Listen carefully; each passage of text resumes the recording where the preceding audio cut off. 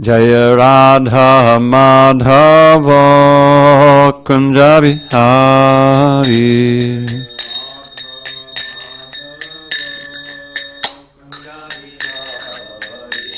Jaya Radha Madhava Kunja Bihari.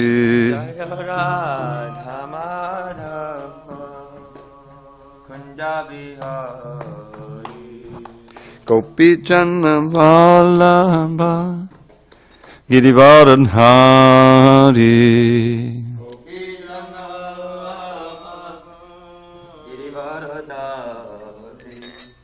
Gopi Jana Vallabha Girivardhari. Gopi Jana Vallabha Girivardhari.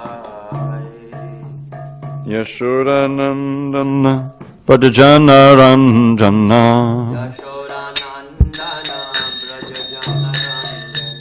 Yashodanandana Brajajana Ranjana.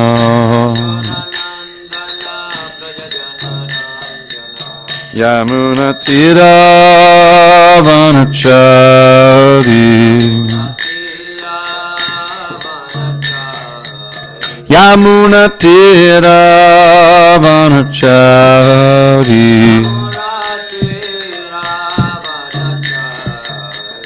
Jaya Radha Madhava Kunja Bihari.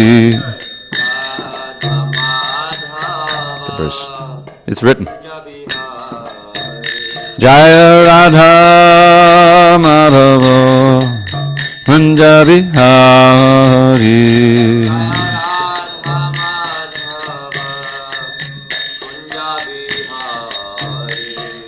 Gopi Jana Vallabha Girivardhari.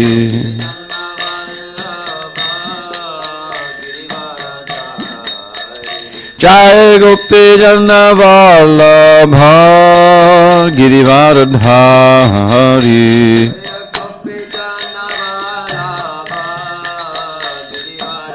Yeah, over here. Yashodanandana Brajajana Ranjana. Yashodanandana Brajajana Ranjana. Yamuna Tira Vanachari. Yamuna Tira Vanachari. Jaya Radha Madhava Kunja Bihari.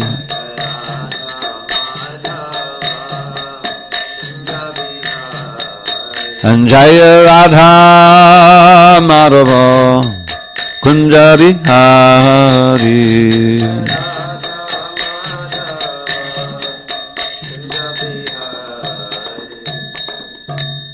Jai Mr. Pad Paramahansa Dravida Prabhu Sri Srimad His Divine Grace Srila A.C. Bhakti Vedanta Swami Prabhupada Ki Jai.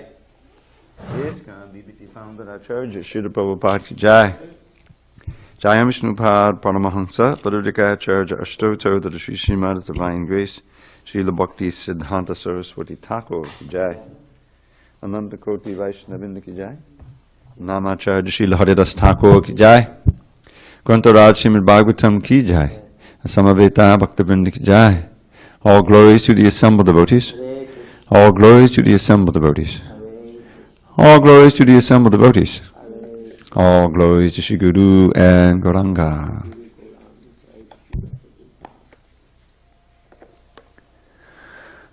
Narayanam Namaskritya Narang Chaiva Narottamam Devim Saraswatim Vyasam Tato Jai Mudirayet. Before reciting this Srimad Bhagavatam, which is our very means of conquest, we should offer our respectful obeisances unto Lord Narayan, the Supreme Personality of Godhead, unto Narayan Rishi, the supermost human being, unto Mother Saraswati, the Goddess of Learning, unto Srila Vyasadeva, the author, and unto Srila Prabhupada, the translator, commentator, and our spiritual master. Nashta prayeshu bhadreshu nityam bhagavata sevaya bhagavatyuttama shloke bhakti bhavati naishtiki. By regular attendance in classes on Srimad Bhagavatam and by rendering devotional service to the pure devotee, all that is inauspicious within the heart is destroyed almost to nil. And loving devotion to the Supreme Lord, who is glorified in transcendental songs, is established as an irrevocable fact. Om Namo Bhagavate Vasudevaya. Om Namo Bhagavate Vasudevaya. Om Namo Bhagavate Vasudevaya. Om Namo Bhagavate Vasudevaya.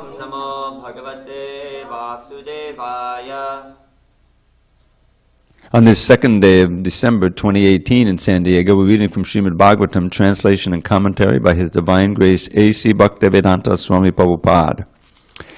And we are reading from Canto 4, The Creation of the Fourth Order, Chapter 8, Dhruva Maharaj Leaves Home for the Forest, text number 31. But before we begin, there seems to be something else going on back there. Is it in the kitchen? Or is it up? Can we make sure the door is closed? Door to the kitchen. Is someone doing that? Okay. All right. All right. Munayak padavim yasya niksange norujanmabihi navadur mrigayantopi tivra yoga samadhina munayak padavim yasya niksange norujanmabihi navadur mrigayantopi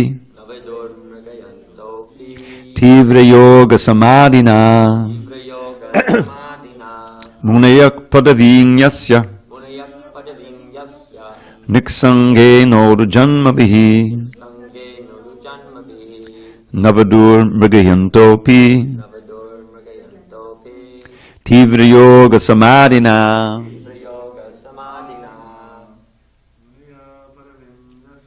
munayak padavim yasya niksange norujanmabihi navadur mrigayantopi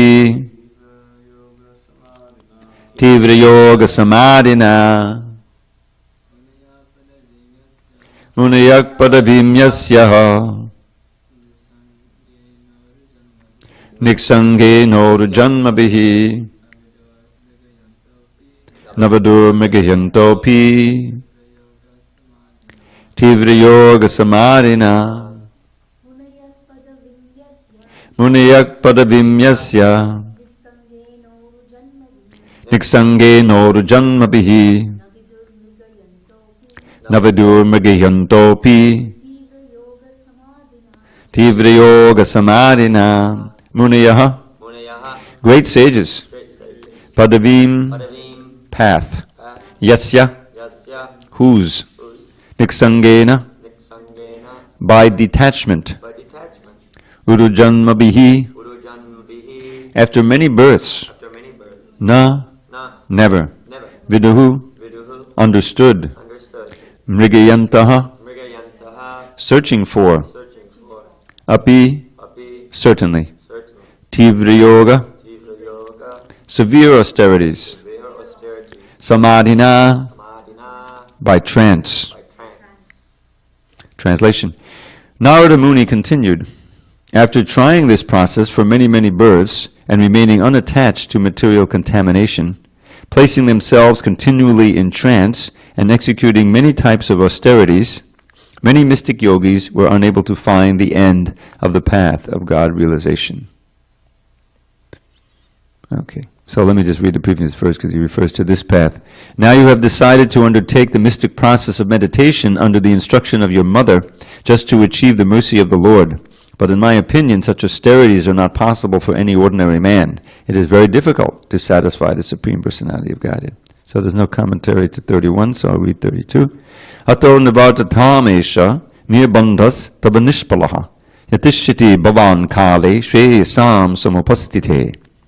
For this reason, my dear boy, you should not endeavor for this. It will not be successful. It is better that you go home. When you are grown up, by the mercy of the Lord, you will get a chance for these mystic performances. At that time, you may execute this function. Purport. Generally, a thoroughly trained person takes to spiritual perfection at the end of his life. According to the Vedic system, therefore, life is divided into 4 stages. In the beginning, one becomes a brahmachari, a student who studies Vedic knowledge under the authoritative guidance of a spiritual master. He then becomes a householder and executes household duties according to the Vedic process. Then the householder becomes a vanaprastha, and gradually, when he is mature, he renounces household life and brahmaprastha life also, and takes to sannyas, completely devoting himself to devotional service. Generally, people think that childhood is meant for enjoying life by engaging oneself in sports and play.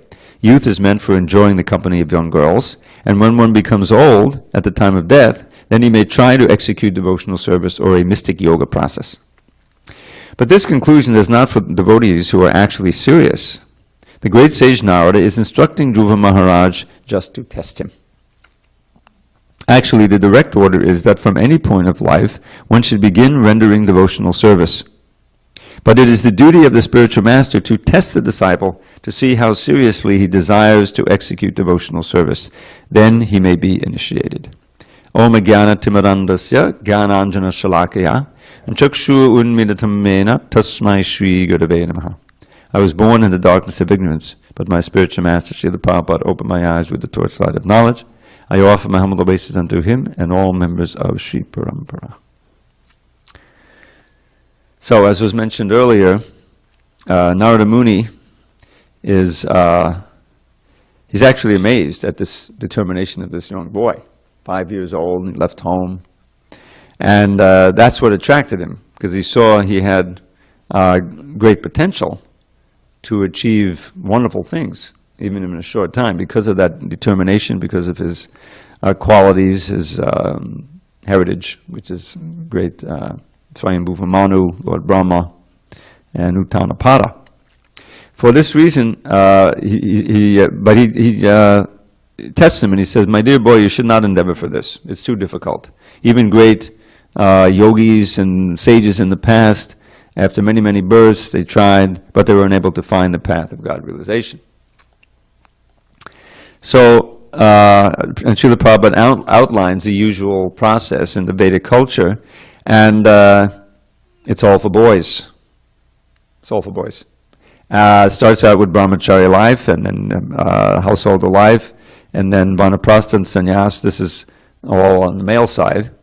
And then Prabhupada mentions here that childhood is generally meant for enjoying life by engaging oneself in sports and play. Now, this was directly criticized by Prahlad Maharaj when he's teaching his friends.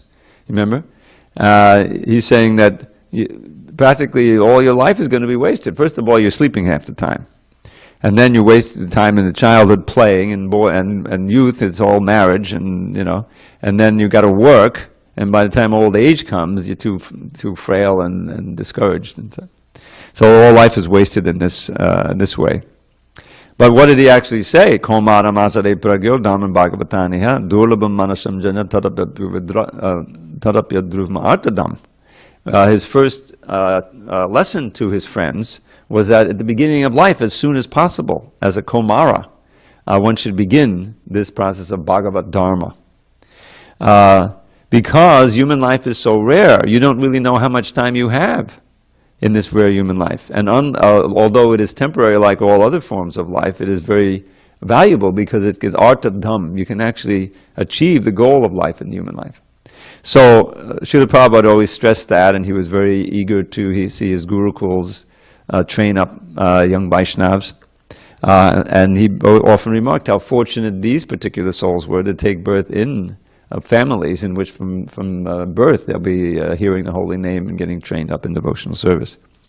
And then when, in a few verses, I won't read the subsequent verses here, But Prabhupada talks about one rather than he's talking about one. Because he's playing off Krishna's very ecumenical statement in the Bhagavad Gita, Mami parta vibhashati yepisu papiyonaya striyo vaishatata shudastepi yanti parangatim. That it doesn't matter where you're coming from, what class, what gender, that if one surrenders unto me, he will come back to me. Now what we have is the translated, he can come back to me, he can approach me, or can attain me.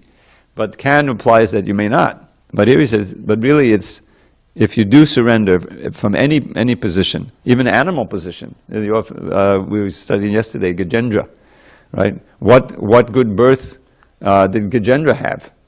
You know, and there was a whole list there of disqualified people who had no real material qualification, but they all became great devotees. Ed Kane, Hare Krishna, welcome. So Krishna consciousness cuts through that. We were reading the other day, the first Sankirtan, the first public kirtan in Navadvip, where Lord Chaitanya was combating the Qazi's rule against Sankirtan. It describes it very graphically how he was going around, sending his men around, breaking the mridangas, terrorizing the devotees. And it wasn't just the Muslims, there were also the caste Brahmins, the Smarta Brahmins, who were criticizing the devotees. You know, so there was a lot of fear and apprehension about the kirtan. But Lord Chaitanya said, no, tonight everybody come out with a torch, and there were hundreds of thousands of people with the torches, and they were all chanting, and for the first time they got to see Lord Chaitanya's dancing, otherwise it was closed within Shiva Sangha. So it was an amazing event, and really completely blew away the Qazi. The Qazi surrendered to Lord Chaitanya at the end of the conversation there, and he made the famous edict. I remember when we first went to Mayapur, you probably heard that, if you go on Parakram, that down to the present day, the edict of the Qazi, which is that no one shall impede the Sankirtan in the Navadvip Mayapur area, is being enforced. So the idea is that, and it's very graphically described, the old men, the women, the children, all were swept up in the kirtan and all attaining prema bhakti and crying and ripolating even right there on the street. So what's all of this, gradually? The point is that bhakti is so powerful, and the process of Harinam Sankirtan is so powerful that it blows away all of the material designations. It completely transcends them. And Bhagavatam is filled with that. Kirata hunanda pulinda pukasha abeda shamba javanakasharya. Yenyeja papa yadapasha yashaya shudyanti tasmai prabhavishnave namaha. This is a verse spoken by Shukadeva in the second canto before he really starts his full instruction to Purgat. And Prabhupada always quoted this verse. This is a list of Antyajas. Antyajas are those who are outside the Vedic culture, somehow or other, and often geographically out of India. Kiratas, I forget who they are, but the Hunas are the Huns, the Germans. The Kusas are the Chinese, Mongolians, and there's several others, I forget which one. But they're all like races completely outside of Vedic culture.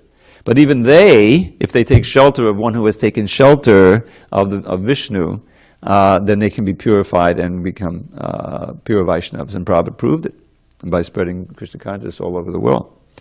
So Narada Muni, of course, is in our line. He's part of the sampradaya that we worship. And Narada Muni, he preached to children in the womb, preached to the demon, Prahlad, he was a demon after all, and the hunter. And he didn't make any distinction. He saw the receptivity of the audience of his, and he spoke just the right way in order to bring that person to Krishna consciousness. And that's what's going to happen here when he teaches Dhruva Maharaj the mystic process. And he doesn't water it down. I mean, he's giving him this extremely austere process, which we'll see as he goes on. But it's integrated with bhakti yoga, with meditation and glorification of Krishna and deity worship. And so it's effective in purifying Dhruva's heart. And at the end, he doesn't even want the kingdom, which was, after all, the motivating force at the beginning. But he gets it anyway. And he rules for 35,000 years. So let's see. So this point of the guru just testing the disciple. So Prabhupada, didn't just give initiation if someone walks through the door. And this is sometimes a little bit of a disturbing factor. We have other groups, oh yes, you just walk through the door, you get initiation, sometimes even second initiation, I've heard. But Prabhupada never yielded to that temptation, which is very common amongst other teachers and preachers, to make it so ecumenical, you basically just, there's no hard and fast rules. You just chant this mantra, or worship me, or pay this fee, and you're part of the group. But Prabhupada was very strict. He knew that Lord Chaitanya was very strict, and the rules that were set down by the Goswamis. I was reading a little bit in the first chapter of Madhya Leela Chaitanya Charitamrita. It's an outline of some of the books of the Goswamis, and it describes the Hari Bhakti Vilas. And even within the purport, Prabhupada said, many of these rules we don't follow. There's a whole thing in here about pranayama. Pranayama, to quiet the mind before you chant. And all kinds of rules for householders, and how to offer, and how to do this, and how to do that. Prabhupada gave what we could do, and understanding that if you just get them to chant, and get them, and in the purifying process, then certain numbers of them will become able to follow these basic rules. But the basic rules were the basic rules, and they weren't going to change. And he writes right in the books, after 6 months or a year, they're awarded initiation. Now we have something we didn't have when I got initiation, a disciples course. You have to take a disciples course, so you know the basic things. I have a book, by the way, we can discuss this. I have a book of Vaishnava etiquette that I got from the Chaupati people, PDF. And maybe we want to try to institute some of those things, so the devotees, it's very important, the Vaishnava etiquette, how we deal with each other and with outsiders, because it sets a tone, and it's a deep contrast with how social intercourse is going on out there, and it helps us be Krishna conscious. So, but there is that testing, and also, to be frank, there's also on the other side, the disciple is supposed to test the guru, and the guru is supposed to test the disciple before jumping into giving initiation or taking initiation. And that keeps things on the pure side, because the tendency is in this material world that everything degrades to the time. Evam parambara praptam imam rajarshi vidu sakale nehmanta yoga nashta parandaba. This very science that I spoke to the sun god back millions of years ago, and has come down in this world. The saintly kings understood it, but due to the force of time, it's been destroyed. And so he came again to reinstitute it, Dharma Sangstapanartaya. So that's inevitably going to happen. But the real genuine teachers set the standards with their own behavior. And whoever they take as students and initiates, and they are meant to enforce the standards for them, so they in turn can spread the actual Dharma as far as possible. Eventually time takes over and things get confused. But Srila Prabhupada was such a powerful preacher, and he set up the whole worldwide ISKCON movement with a leadership and standards and so forth, and of course his books, which set the real standards. And so we're responsible to follow that and enforce it.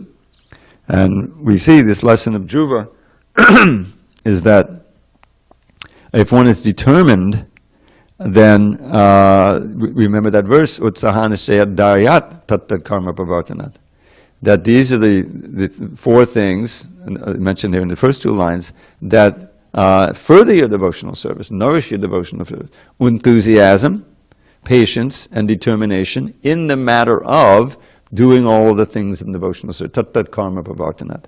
You have to be enthusiastic about what? If you just say, oh, he's very enthusiastic. About what? Oh, about watching football. That won't help. Everybody's enthusiastic about something. But enthusiastic about tat karma pravartanat. Those activities that have been very precisely defined, chanting Hare Krishna, doing this, and this, and refraining from this. There's a list of do's and don'ts.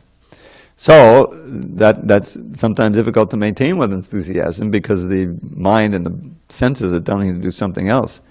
But still, that's where the determination comes in. You have to be determined to do the things anyway, even if you're not as enthusiastic as you were some other day. And that's enthusiasm and perseverance like that evinces your patience. The patience is there when you actually do things in devotional service over a regular time, over a period of time, understanding that the result will eventually come. And factually it does come. You must notice change in your heart and in your demeanor and your general consciousness. It does come. And to protect it, what is the other one? Sangatyagat, giving up bad association, because that can draw you down very quickly. And we have the path of the saints before us. Dugame patimendatsya skalat bharakate muhu shripayashtidanena santak santabalambanam. Is that the first or second verse of the first verse? Okay. In the Antya-lila, chapter 1, so Krishna's Kaviraj is showing us how he prays. He says, my path is very difficult. Durgame patimendasya. I'm blinded, I'm going on this path. And my feet are slipping again and again. May the saints give me their stick of mercy to protect me as I go on this path. So he's taking shelter of all of the acharyas, the parampara, and it's a good prayer for us. I thought it was, usually the first one is about Lord Chaitanya. So we have so many aspects here that Srila Prabhupada has given us that we can take shelter of. And one of the most important is his books, the most important, because he's present there. He says, I put everything in my books. If you want to understand me, read my books. And they provide our intelligence and give us enthusiasm for overcoming the obstacles of devotional service. And as we know, Srila Prabhupada, one of these books, not only read but distributed, and not only distributed but read, both by his disciples and followers. And because they, if you read one line, he said, there could be an awakening of interest in devotional service. And so it's so important to get these books out there, and they have their effect. We've seen Vijay Prabhu sends out these little stories practically every day. Sometimes unexpectedly, somebody I never thought he would take a book, but suddenly says, "Oh, I've been looking for the Bhagavad Gita, high and low. Thank you so much." And so that's what, and Krishna is so pleased with that. Lord Chaitanya is so pleased that you get realization from within, and our enthusiasm and our interest is maintained and increased. Okay, any discussion on these points and these verses? Narada Muni said, don't do it. It almost sounds like that verse from, where one gopi is speaking to another. There's this boy, there's this boy. He describes this. So one gopi speaking to another and says, oh, it's beautifully, there's Krishna standing by Keshi Ghat, and he's got it's in the moonshine, it's a full moon playing, and he's got his flute to his lips, and the moonshine is playing off his lips very beautifully. He's smiling, bent in three places. Vishnu's sidelong glance, Satya Vistina Drishtin. Udram Chandakena. His name is Govinda, and he's actually Hari Tadmidag. But you shouldn't go there. Do not go there, Prabhupada says, and people laugh. Don't go there if you want to keep enjoying your family life. So Narada Muni is saying, don't do it, don't do it. Which but he's really saying, do it. But Dhruva will pass this test and basically say to Narada, well, if you're not going to tell me, I'm going out there anyway. He's on the edge of the forest, you can imagine he's on the edge. So Narada gives him the instruction that will then, in a mere 6 months, which is not very long, this is Satya Yuga, they live for 100,000 years, but for a mere 6 months he achieves full the darshan of Vishnu, It's very wonderful story. All right, I'm going to read a little bit about Narahari Sarkar, which is quite an important figure in our line. Let's see.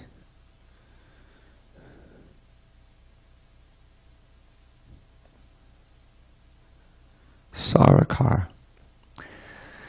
So he was a contemporary of Lord Chaitanya. Before meeting Lord Chaitanya, Narahari had written many Sanskrit and Bengali songs about the Brajaras of Radha Giridhari.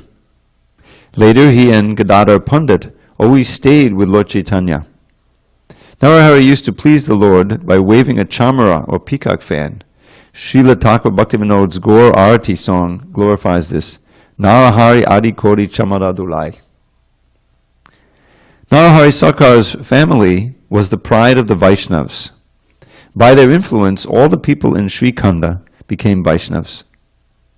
The entire village turned into a branch of the desire tree of love of God. Since the time of Lord Gaurachandra, Sri Khanda has been a preaching center for Gaudiya Vaishnavism. One day, Sri Nityananda Prabhu came to Sri Khanda and asked Narahari, "All right, we know who you are, so where's the honey?"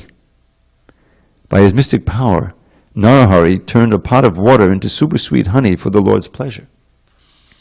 Narahari serves Lord Shyamasundar in Braj Leela as Madhumati, a prana saki, who supplies mouth-watering honey for Radha Damodar and their dear ones.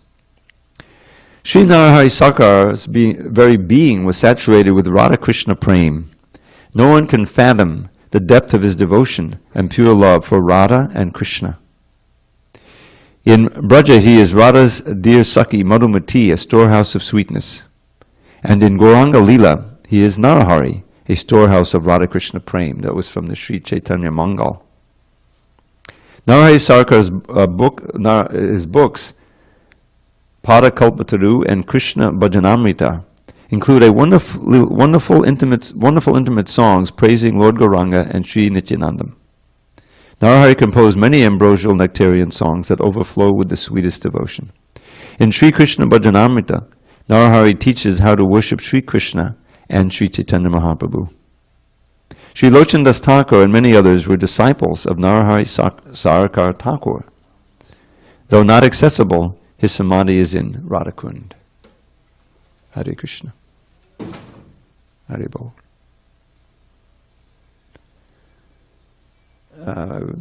We can't bring the shoes in. You have to leave them out. I will put them outside. I'm sorry. Hare Krishna. So that's what we have on. Not accessible. So it's not accessible. Yeah, I'm not sure what that means. Maybe it's underwater? I think it was following devotions. Okay, Hare Krishna. All right, I'm going to read one more verse. This is verse text 33, so 34 for tomorrow. Yasya yad daiva vihitam satena sukadukkayo atmanam toshayandehi tamasak padam richati. One should try to keep himself satisfied in any condition of life, whether distress or happiness, which is offered by the Supreme Will. A person who endures in this way is able to cross over the darkness of nescience very easily. So basically he's saying that you shouldn't be so upset that your father didn't put him on his lap. He says you're overreacting. Purport. Material existence consists of pious and impious fruitive activities. As long as one is engaged in any kind of activity other than devotional service, it will result in the happiness and distress of this material world. When we enjoy life in so-called material happiness, it is to be understood that we are diminishing the resultant actions of our pious activities. One word on the Prabhupada's use of the phrase resultant actions. It's just another way of saying reactions.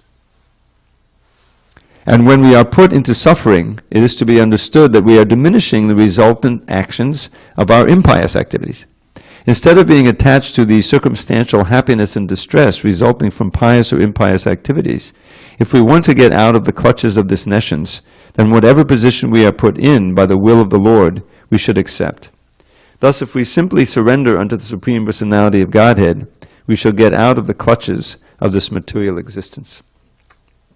So it's interesting here because if Dhruva had just followed this advice. In other words, at the beginning, when he couldn't get on the lap of his father, if he just said, "Oh, I'll just accept, I'll remain equipoised," none of this would have happened.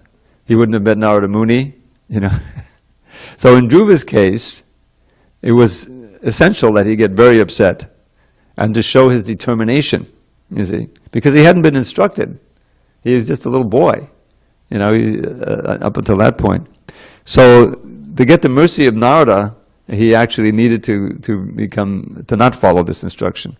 So, but in general, for a devotee who's practicing devotional service, it's important to come to that point of Stita Di Muni, of Stita Pragya, described 2 days ago when I gave class, in the 2nd chapter, beginning around verse 50 or so. So that, and you see, if you go into the 14th chapter, into the 12th chapter of Bhagavad Gita, in the latter part of the 12th chapter where Krishna is describing those who really please me, those who are my devotees, there's a lot in there about not being disturbed by anyone, right? He by whom no one is disturbed and whom no one can disturb, right? But always as part of the qualification, and who is one-pointed servant of me, Just to become equipoised, I mean, the great tapasvis and yogis and impersonalists can do that. They can come to that point of being very austere, much more austere than we can be. That's why they go out to test it, to build up their tolerance muscles. It's cold? Okay, let's go out in the snow and sit there. Let's bathe in the Gangotri, which is like the coldest bath you could possibly take, frozen. And that way we'll show how tolerant we are. We'll transcend the material plane. That's why it says in the famous verse about those Yen ye adabindaksha vimuktamaninas trayasta bhavat avishudda buddhaya aduha kritrena param padang tata patantado anadrida yushmarangaya. Those who are yogis and tapasvis who are not your devotees, anya, O Lotus-eyed Lord, they think themselves liberated, having performed severe austerities, kritrena, and the few who are successful, param padam, they rise up to the Brahman platform.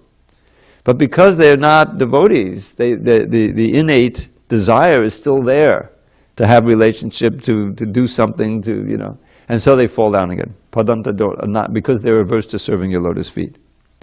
So simply to be equipoised is in itself not enough, is not a qualification.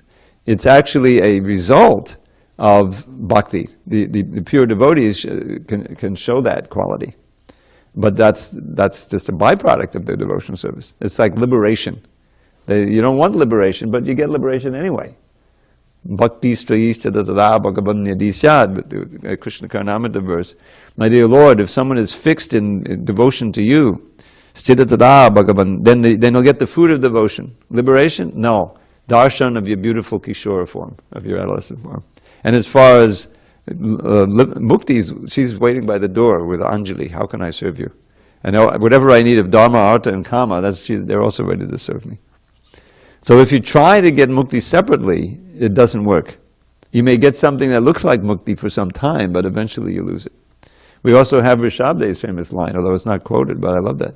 Priti nayavan mai vaisudevi namuchate de yogena tavat.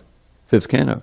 Until and unless one gets devotional prema, Priti nayavan mahi vasudeve, for myself, Vasudev, there's no liberation from bondage to a material body.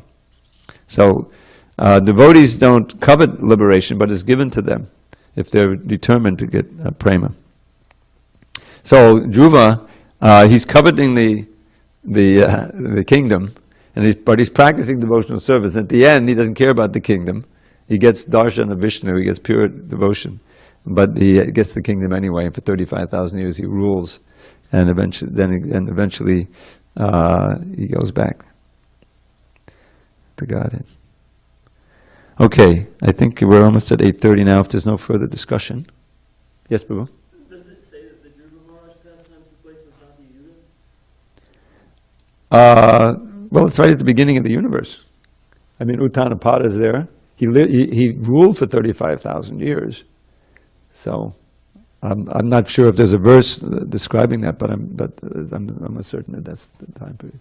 Well, because in SanDiego it's described that everybody is a hamsa, and there was no buildings and no kingdoms, no kings, no infrastructure, no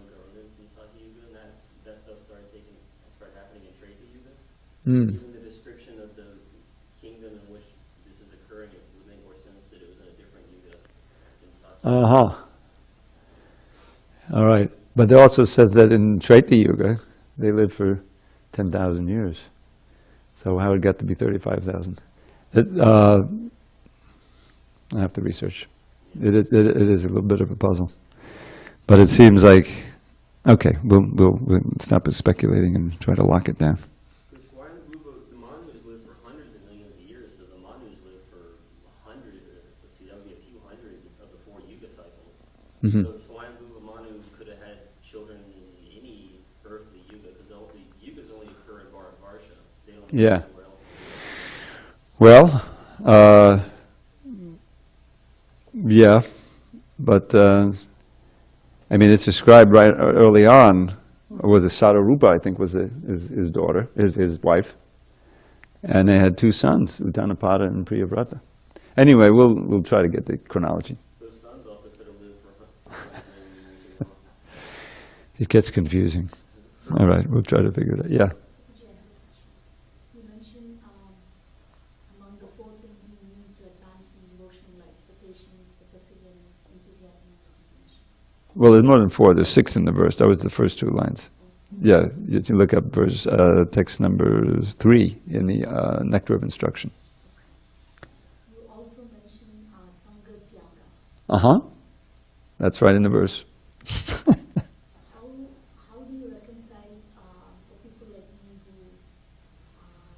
associate with a lot of non-devotees for the majority of the time? It's harder, obviously, but that's the challenge, to be so strong in your devotional service that you're able to give your association and not take their association. Prabhupada talks about that in a lecture I heard recently. He said, well, we're sending all these devotees out to preach. How are they not associating? You know, when they're doing book distribution, making life members and all these things. Because they're not listening. They're not taking the other people's ideas and association and modes. They're rather giving the books, and they're giving their own. So doesn't count as association. Association is when you are affected by what's around you.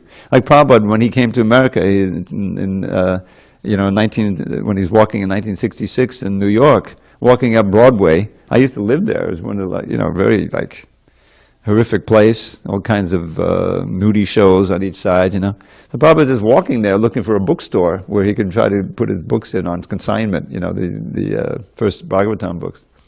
In other words, he was completely aloof, whereas everyone else is totally getting affected by the modes of passion and ignorance.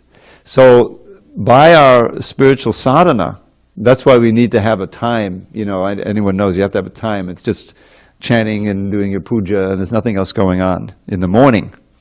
And that's meant to give you spiritual strength so you can go out, and even though you're associating within yourself, you're remembering Krishna, you're trying to see how Krishna is working, and when you have any opportunity to give some Krishna to the people. So that's the way you defend yourself. And when the opportunity arises, you go on a retreat, so you have like a week or days, an extended weekend where it's very intense, and then of course if you can go to Vrindavan for some time. And this way you try to remain strong even though you're in that environment. It's not easy, but it's possible. And of course if you're home, family, and you have a nice association, even maybe near a temple. So it's a challenge. But that's what Prabhupada, that's what's practical in this age. Ideally we have the varnashram communities and everything, and everyone's living the life. But that's not feasible for many devotees, obviously. So keep struggling, chanting. Anyone else? All glories to Srila Prabhupada.